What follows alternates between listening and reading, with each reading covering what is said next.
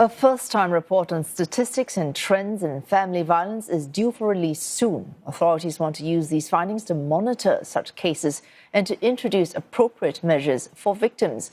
This is revealed during a media visit to Boys Town. Many children and young people at that facility are mostly victims of domestic violence. Boys Town is one of 19 agencies that provide out-of-home care. That means living arrangements for children and youths who cannot live safely at home. This 16-year-old, who only wants to be known as Eric, is a resident of Boys Town. Despite an initial rough transition period, he's grateful for what the home has provided. I feel that the home has helped me develop a lot of self-discipline because it is routine and I will adapt to it. I think that I'm a very different person because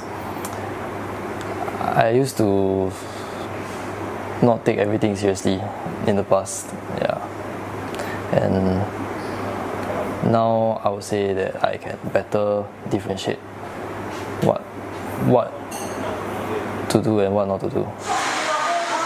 Programs here include trauma-informed treatment and even physical activities and therapy for those not responsive to conventional interventions.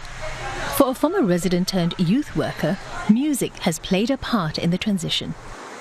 I learned how to play drums in Boys Town, and till today I still play in a band. Correct. And those are experiences that I don't think will ever leave, and I think that was important. The transition was hard at first, but very quickly you realize Boys Town actually sets you up for that transition, and it's whether you use it or not. In Singapore, the main options for out-of-home care are residential and foster. Boys Town also provides fostering services for around 150 children per year. It has a current pool of more than 130 foster families. However, it has received only 13 new applicants this year. We want to strongly encourage more foster parents coming on board and more opportunities for families to open up their homes to care for those children and young persons in need, whom they need a safe place to be with. The authorities want more children and youths in foster care rather than residential care. They say this will allow for more personalised care and attention. As for the overall issue of family violence, a report is due to be out soon. When we release this report, we will also have consulted industry practitioners and experts.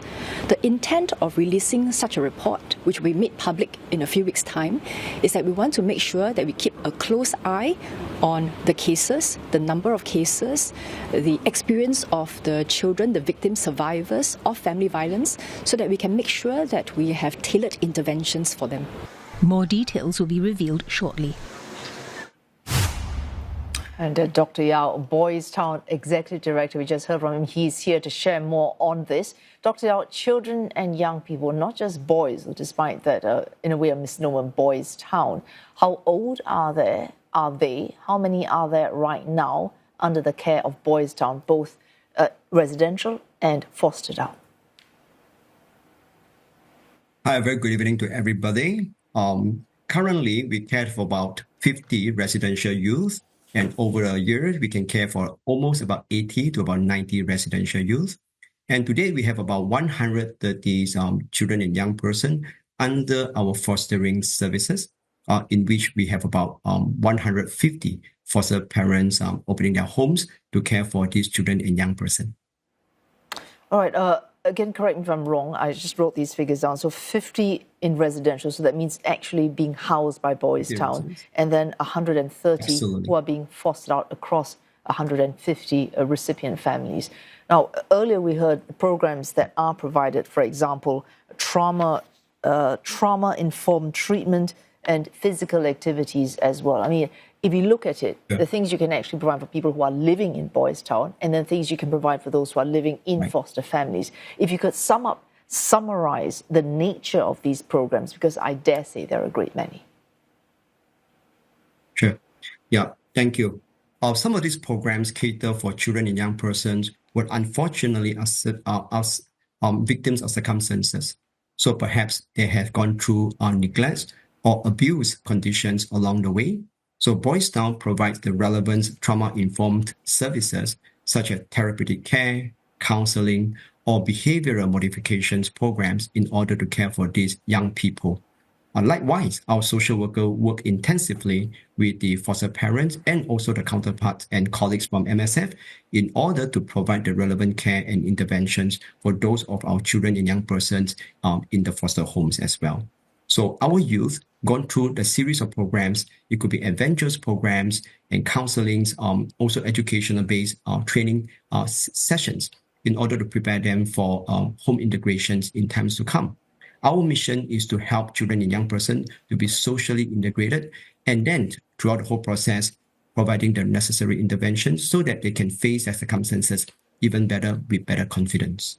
And Dr. Yeow, earlier we heard you encouraging more families to come forward and offer that service of fostering. And I can kind of see why you would say that. If social integration is the ultimate goal, a very big part of that, no matter how good staying in boys' residential care can be, ultimately living with society is living with family. So family integration, that's a very big part of it.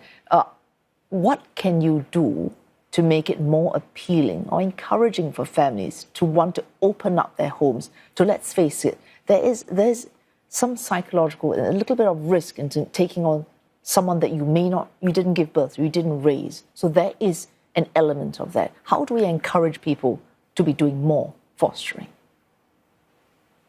Yeah, thank you. I think this is one of the biggest challenges you are facing, to have sufficient foster parents who are willing to open their homes to welcome the young persons into their families. And indeed, throughout the years, we have been working very much with the communities in terms of outreach programs, roadshow, in order to introduce fostering care amongst people in Singapore. So it's an invitation that we would like all of you to consider participating and getting to know more about how your home as a safe haven environment could be a place of interventions for our young persons who require this care. I would say, parents, foster parents, you will receive training. We will give you the support necessarily in order to equip you with the necessary skill sets, understanding in caring for these foster children. So one of the things that we strongly encourage all of you to do is to understand how you could be part of this process, or perhaps begin as a volunteers in some aspects of the work that we do, understand how we can actually be more conducively understand the context of the work, speak to our social worker, and of course, attend our workshops, attend our roadshows in order to understand how you can be part of this journey. Every one of you here could play a part in the life of these young people for sure, and we welcome you to be part of this journey with us. All right, final question, Dr. Yeow. Journey doesn't end for Boys Town. You are evolving, society is evolving, families are evolving. What's the next phase of development for your organization? And thank you. Over the past 76 years, since Boys Town founding, we have been evolving from a residential home to outreach work, to respite care giving facilities, and also fostering, as briefly mentioned. And along the way, we have also extended some to adventure programming for our residents as well as the community. So Boys Town would like to remain as a validated and as well as a responsive social service agency for the people in Singapore, especially working on children and young persons in need. So one of the highlights that we want to focus on is children and youth mental well-being, mental wellness. It's one of the concerns that we want to ensure that our young people are provided with the relevant care in a timely manner so that they can be a more effective individual in times to come, especially those of us who have probably encountered some situation in our early years. But let's not give up on these young people, and let's give them hope and opportunity for them to develop themselves even further. And I believe Boys Town stand to do that moving forward. Thank you. Thank you for that. Dr. Roland Yeow, Executive Director of Boys Town. Thank you for joining us this evening.